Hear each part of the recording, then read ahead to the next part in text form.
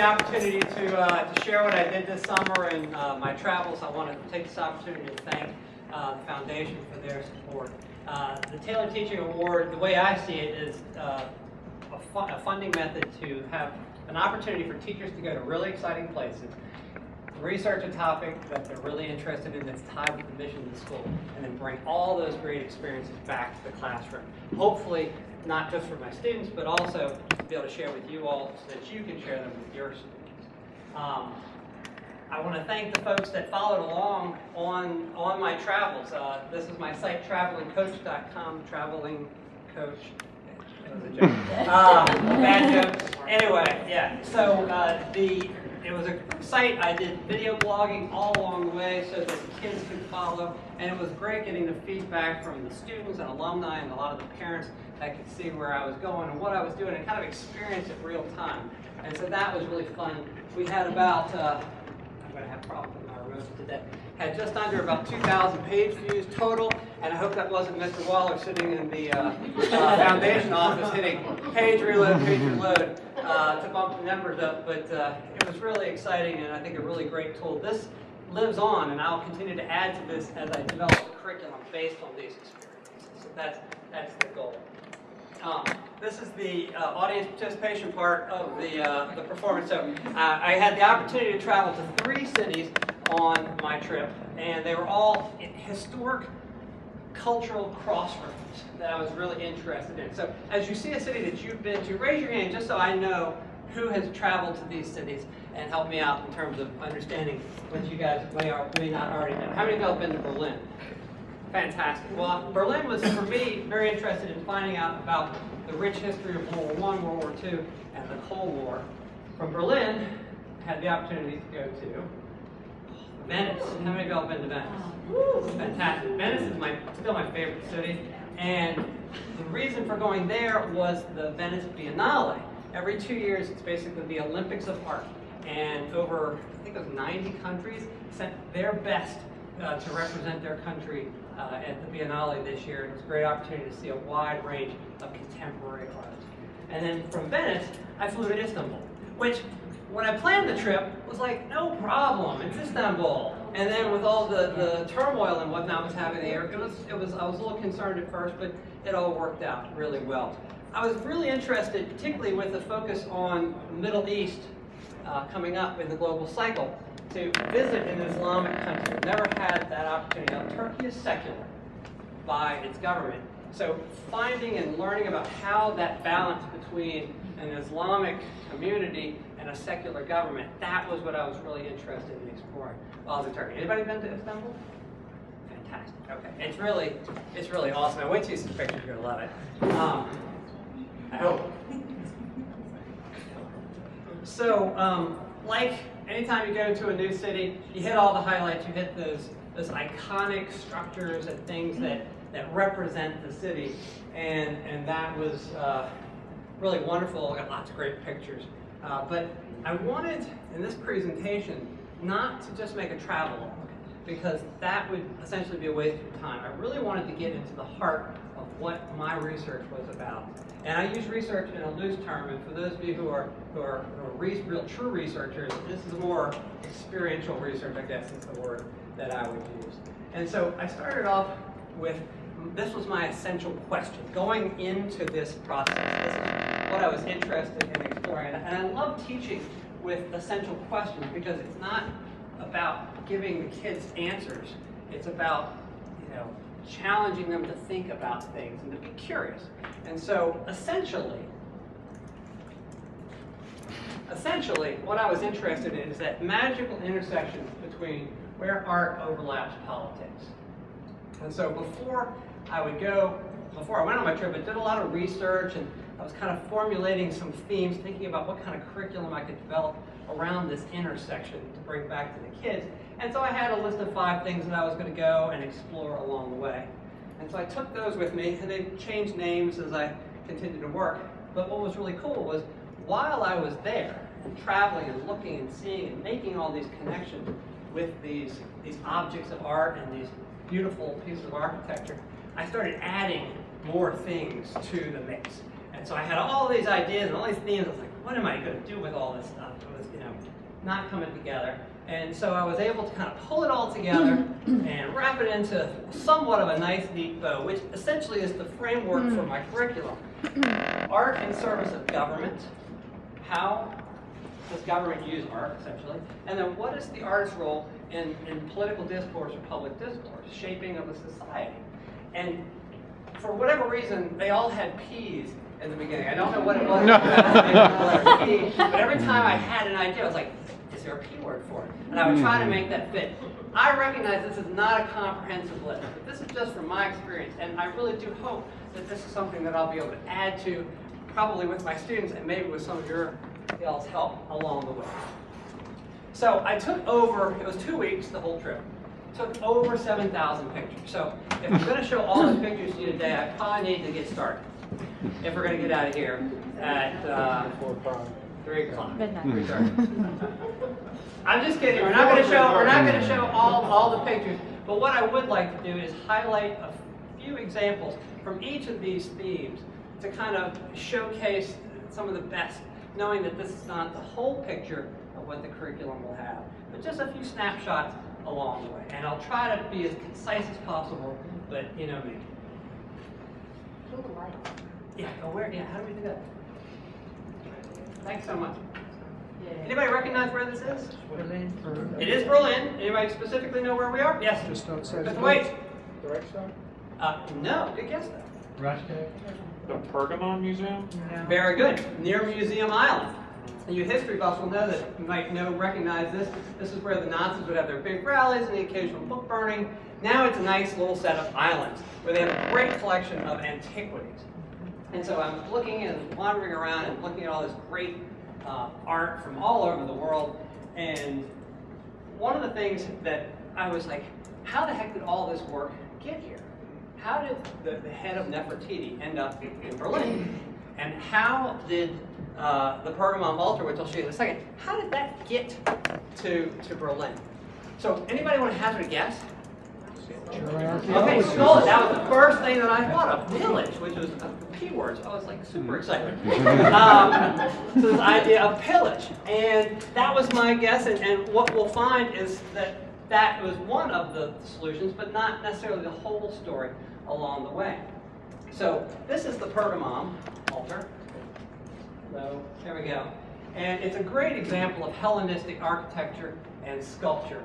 And as I was, checking it out, and I realized, or I found after some research, that this was located originally, obviously, in Pergamon, which is in present-day Turkey.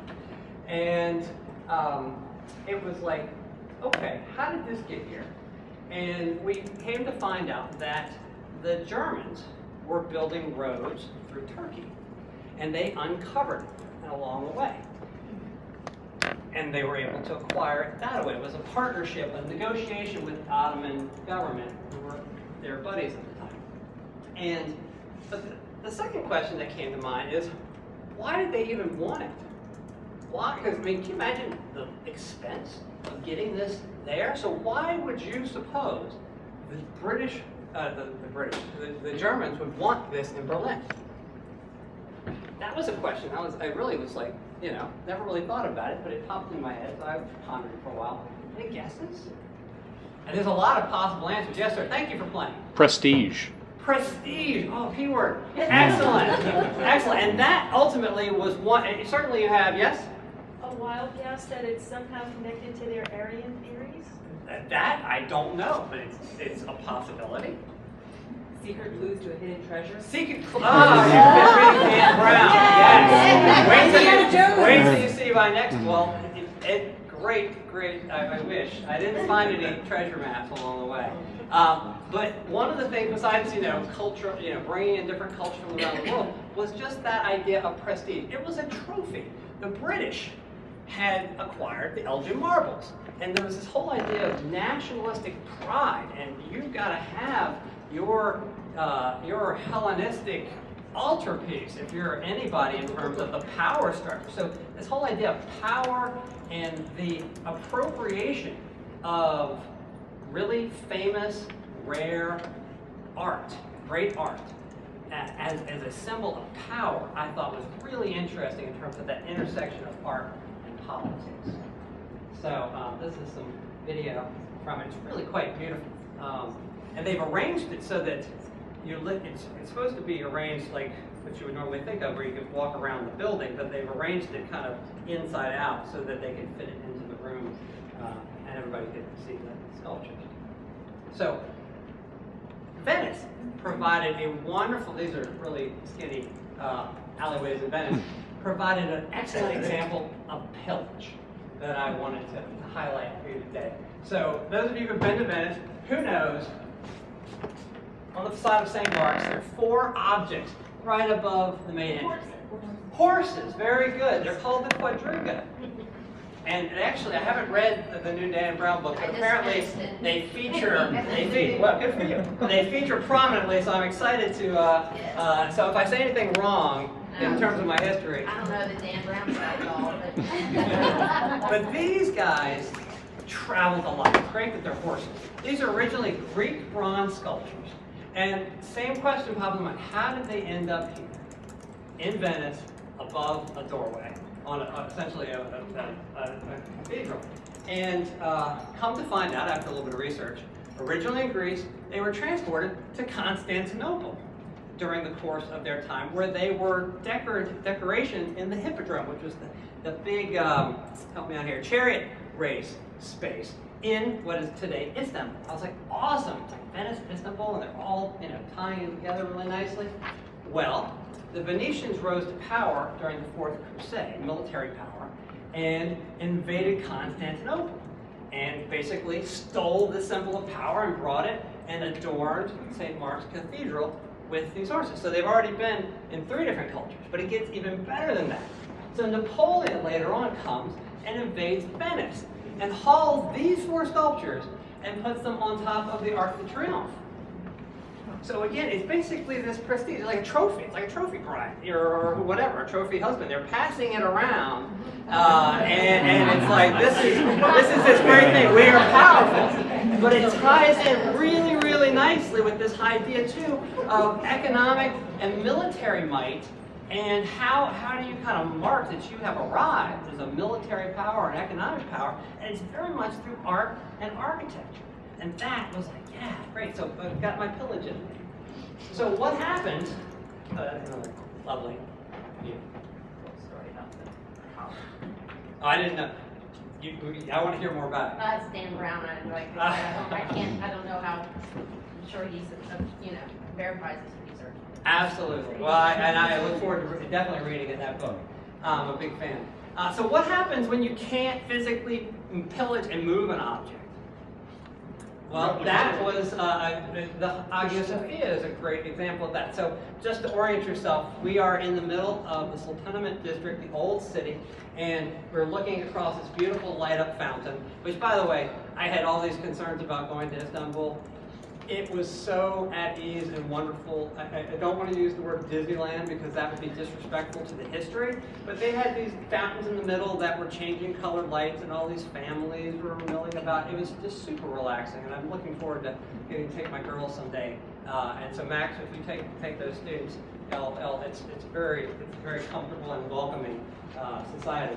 But so you've got the Hagia Sophia across the park with the glowing fountain. You've got the Blue Mosque behind you. And so this is Hagia Sophia, for those of you who know, what was it originally built as? It was originally built as a church. It was originally built as a church. And just to kind of get a sense of this, it was built originally in 360 and then burned down twice. And the current structure was built around 500 something. Don't forget me my dates. But it's this beautiful church. The dome is 31 meters in diameter. And it was originally covered with golden mosaic. And the idea was that when you would walk in, it was this transformative experience where you were experiencing heaven on earth, because you've never seen anything like this.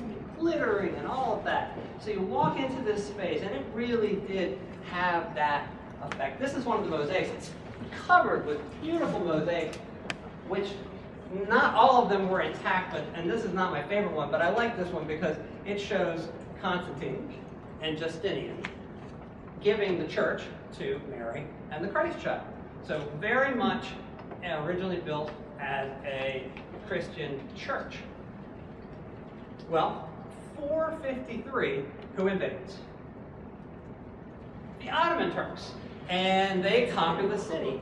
And the Sultan, the conquering Sultan at the time, does this great little, switch around, like, this is a great symbol of power, this is an amazing piece of architecture. We want to own it, and we want to make it ours. So he converts it to a mosque. And they whitewash over, happily they don't destroy, they whitewash over most of the mosaics. And they start building minarets, and over the centuries they get all 4 minarets in. And they add some other decorative elements. And so this becomes an example of pillage, if you will, but pillage through kind of appropriation as opposed to like taking it back home with me. And what's great is that when Ataturk came to power in 1923, after the sultans fell and Ataturk established a secular government, one of the first things he did was turn the Hagia Sophia into a museum. And so they were able to uncover all the mosaics, and it's just a wonderful place now, kind of a multicultural museum with the history. This is one of my favorite pictures of the trip. Can you tell what this is? Threshold.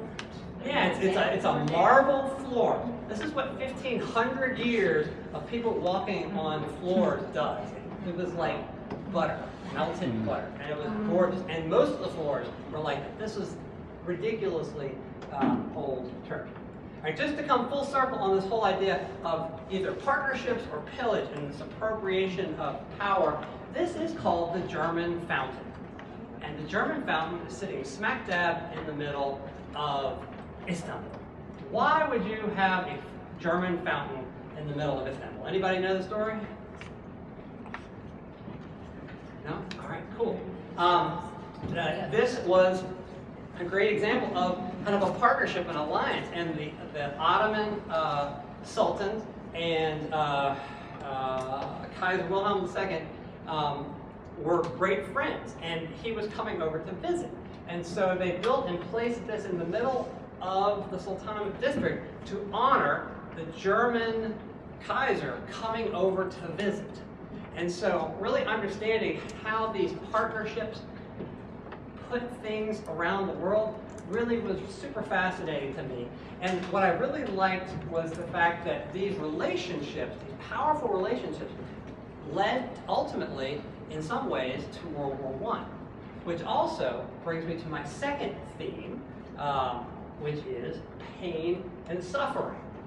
Pain and suffering. See that transition? That was a graceful handoff here of themes. This is the Kat Kollowitz Museum, and I saw tons and tons of artwork dealing with the reaction to the chaos of World War I, World War II, and all throughout. But I just wanted to pick one artist who I thought was the quintessential example that I saw along my trip. Can y'all tell what's going on? What is going on with my remote? Can y'all tell what's happening in this picture? This is a lithograph. Pain. Beautiful. It's beautiful. I guess it's not beautiful. This is Mother with Dead Child. And her work is so incredibly emotional, Kollowitz's work. She lost her son in the First World War, and that was reflected throughout her work. And she was very active in terms of communicating that pain and suffering. And if my German teachers want to take a whack, would you please translate what this says for us? I have that, and actually Cynthia has the one on the right that says, never again. I noticed that in your room just the other day, and I was like, gotta use that. Yes, that was so powerful. Never again in war, and Vienna is dying, save it's for her children. Save its children. And so she was very conscious. These were lithographs which were published and used in basically anti-war campaigns.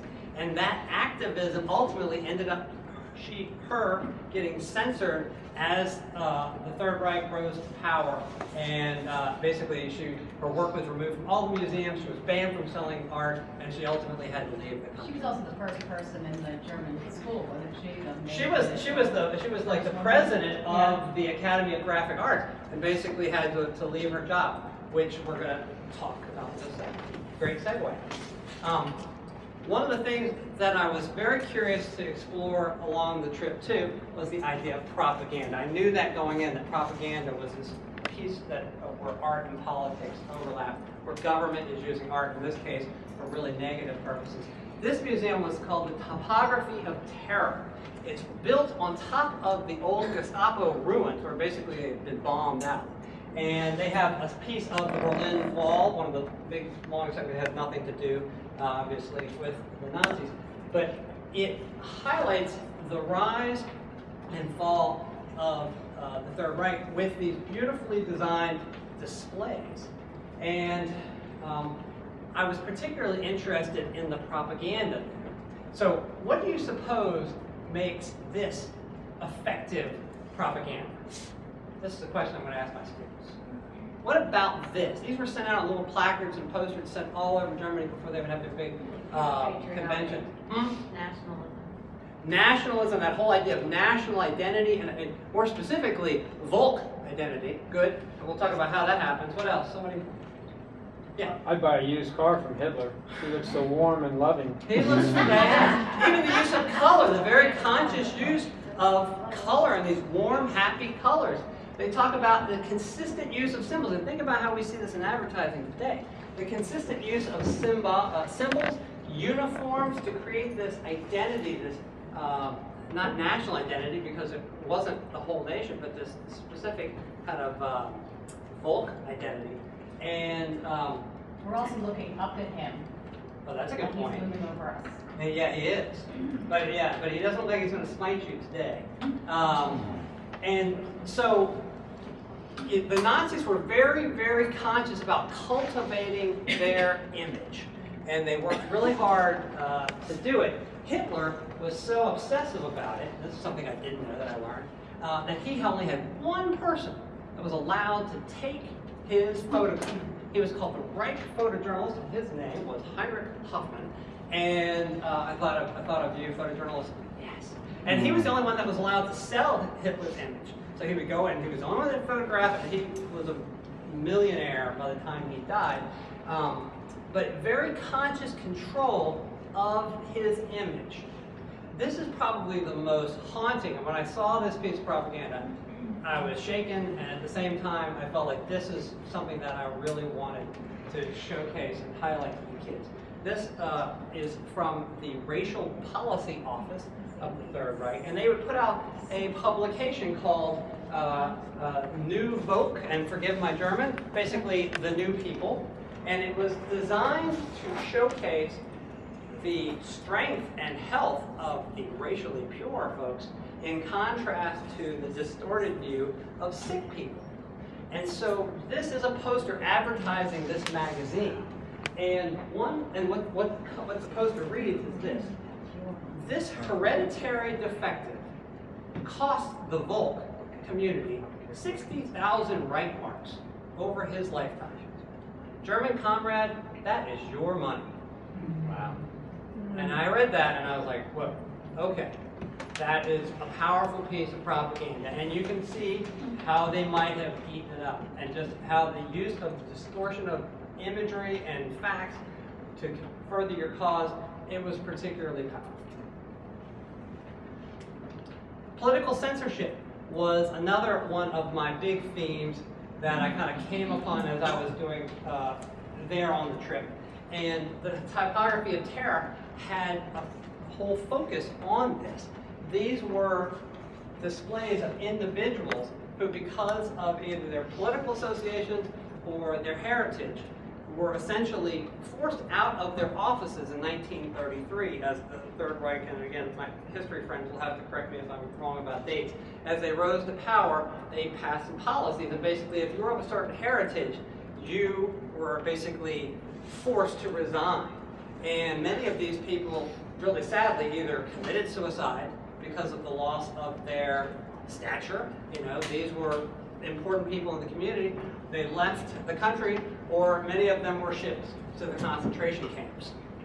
Berlin is very conscious about their history, and one of the things that I thought was fantastic, all over the city, the theme for Berlin for the year was the idea of deleting diversity.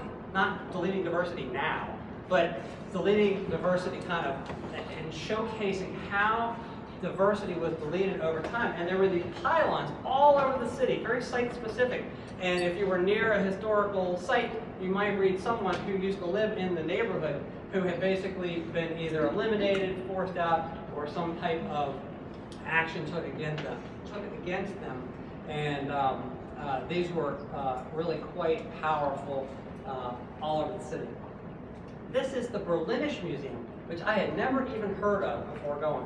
And as I was over there, I was doing some research and found that this is a museum of 20th century art just from Berlin. And the best part, and I was super excited when I found this out, they had just reorganized their permanent collection of Berlin art into a chronological order with a focus on the impact of politics on these artists. Whoa. And I was like, you know, it's the mother lode. And so I obviously can't show you all the artists, but the whole museum highlighted these wonderful artists and how what was happening all the way up to 1980, how politics affected their art and the kind of work that they did.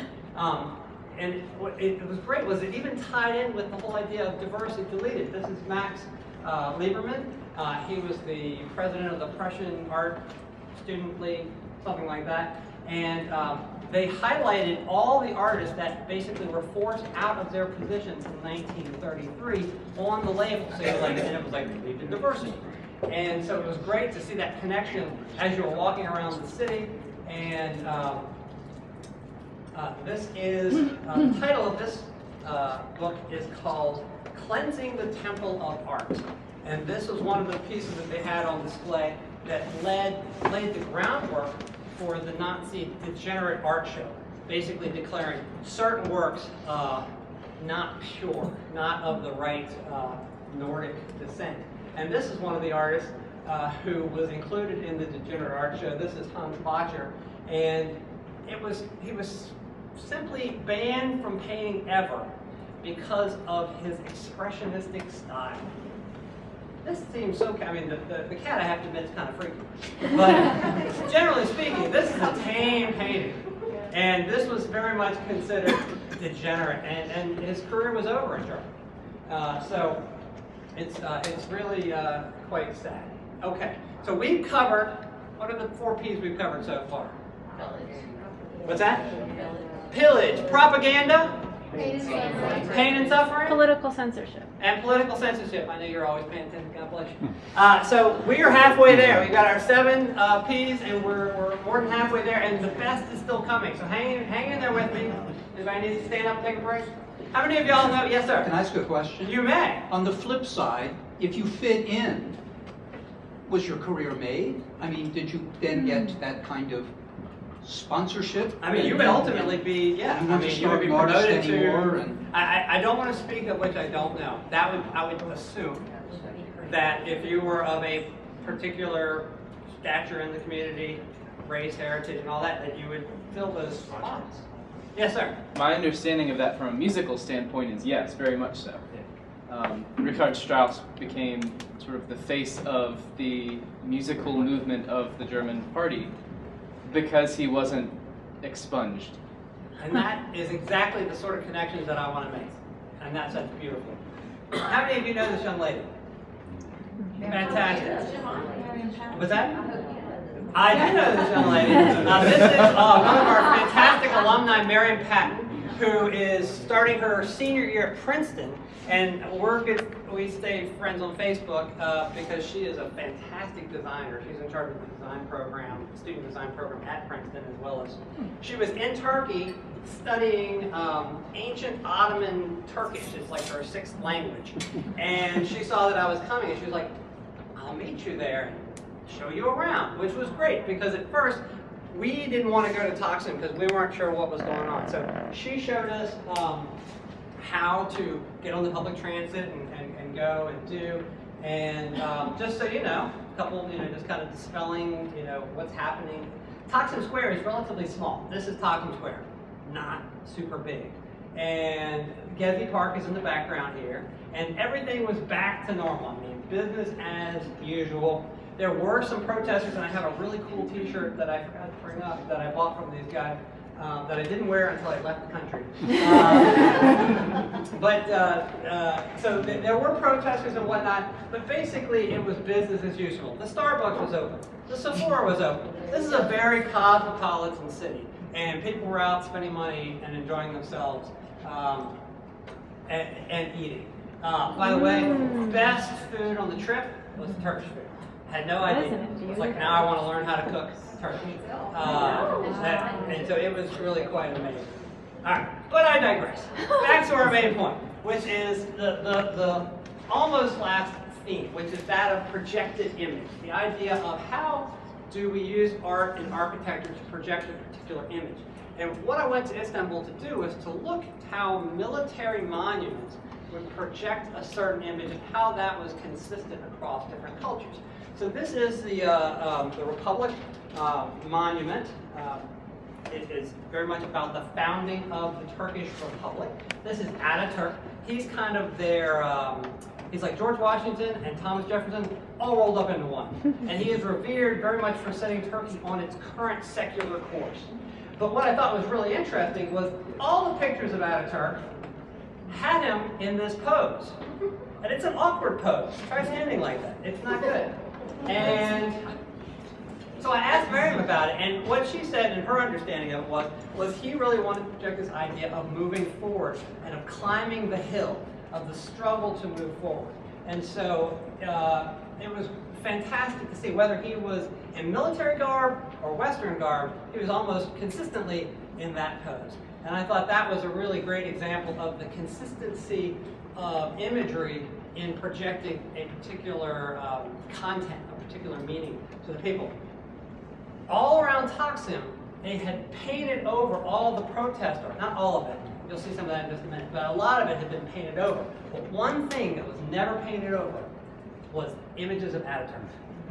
And I thought that's interesting. So the military were like, but again, it was about, he represents that secularism, and so it's this weird thing where it's like, okay, it's okay to protest if you're protesting with Ataturk at your back, but anything else, not so cool. And so I thought that was fascinating. Never was an image of Ataturk painted over.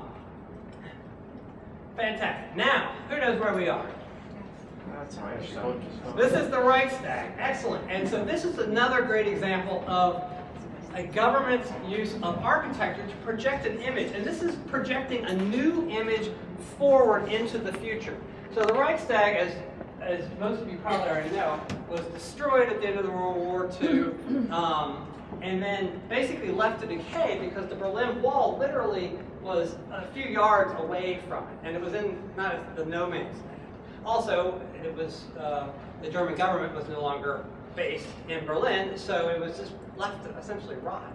When German reunification happened, though, all of a sudden this became the capital again. And so as they were designing this building, they came up with this one amazing feature to kind of represent the new German government. And you can see it is a giant glass dome. Really quite beautiful, designed by Sir Norman Foster. And why would you build a giant glass dome? It seems kind of impractical. It's transparent. It's transparent, exactly. It was designed to represent the transparency of government. And so you can walk inside of it, which is awesome. And you can look down when they're in session and see government in action. And so it's this idea that the people are over the parliament, over the government, and they are watching the workings of government. And so it's this great physical example of architecture communicating a very specific political idea to the world about what they're trying to do. The other great thing that was going on in Berlin at the time, there were cranes everywhere, because so much of it had been no man's land. And then when it became the capital again, all these countries had to build new embassies. All the countries are very consciously thinking about their national identity as they're designing and building their new embassies. And so the Berlinisch Gallery, that awesome museum that I stumbled upon, not only had this great collection of chronology of the German art, it also had an exhibition dealing with all the new construction of government buildings and basically the history of how these buildings came to be. So this is these are like basically thumbnail sketches of the Turkish embassy, and then they had the models of the Turkish embassy, and then they had photographs of what the Turkish embassy, when it was finally built, looks like.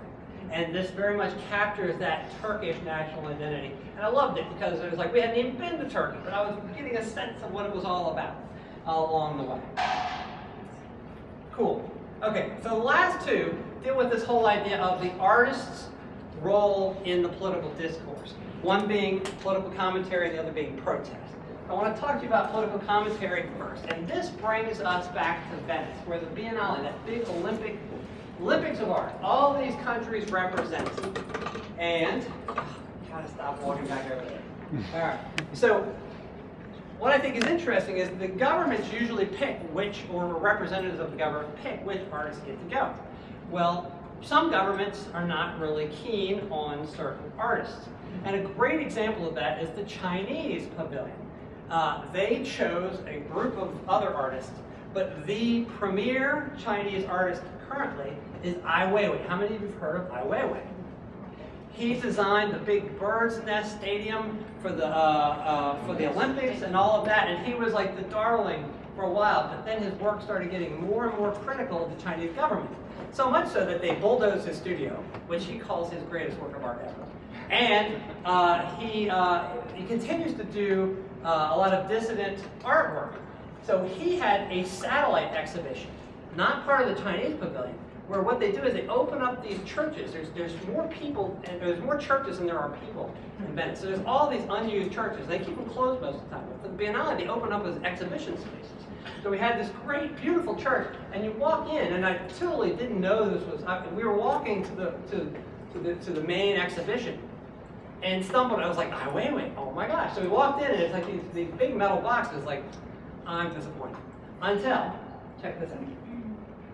You got up on the side of the box, and you're like, there's little windows and there's little doors, and you peek in. What do you see? But you see Ai Weiwei himself, carved in just tremendous precision, doing normal things. And as you start looking, you realize he's documenting his detention.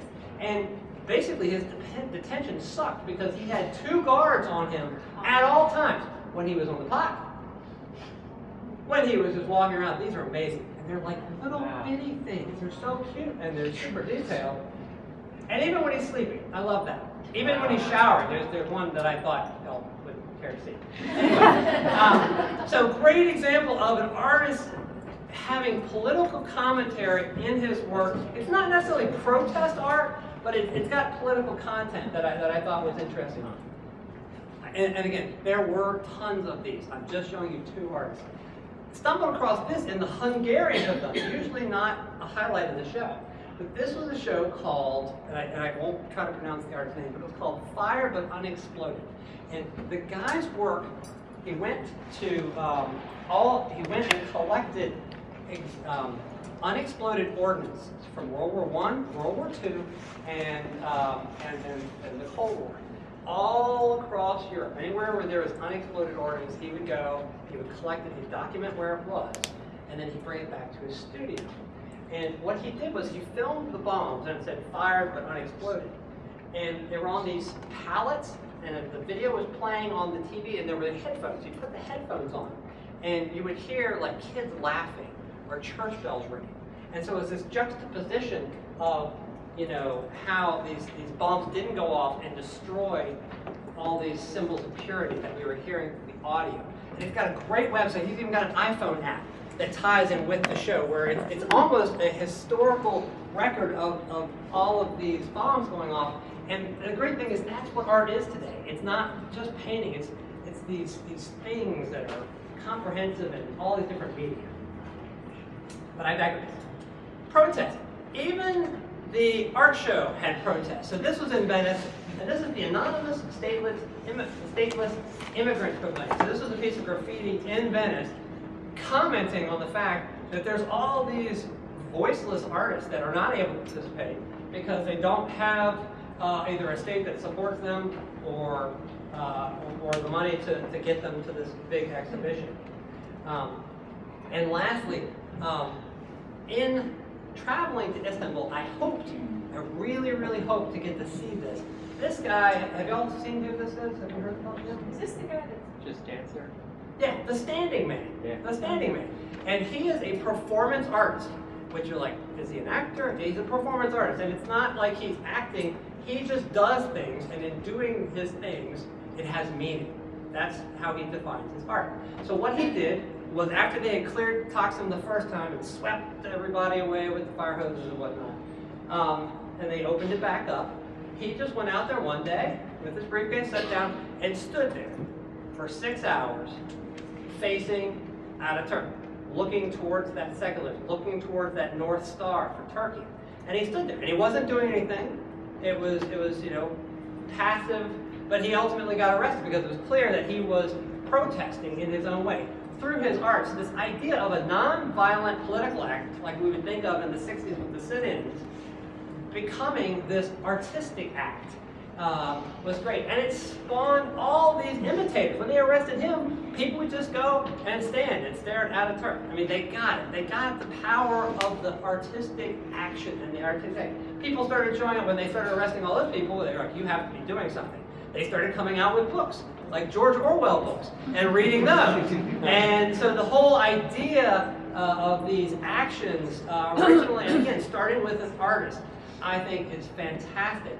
I did find, and I had to go down some pretty dark alleyways to get there, I did find some protest art right around Taksim. And that was exciting. This gas mask seemed to be a pretty common theme. Diren means resist. And so that was all over the place where it wasn't painted over. And I want Mr. Tharp to know I did not paint that myself on the wall. But this was my money shot. This was like, this quote, randomly found in an alley, really represents the power of art in a political context. And so, thank you, first of all, for your attention. I hope this was worth your time. I was truly humbled to be selected for this. There are so many amazing teachers here. And all I ask is that if you're interested in this, I would love to have some collaboration. You all have your expertise. I would love to build onto that list. And ultimately, my website will have a wiki that I'll be developing with my students. But if you have an area of expertise that you're willing to add to beyond these three cultures, because there's so many different cultures that have these ideas, I would love to build out this database. So, yes, did you have a question? I had a question. No, Yeah. I just thought I would like to play. Oh, thank you.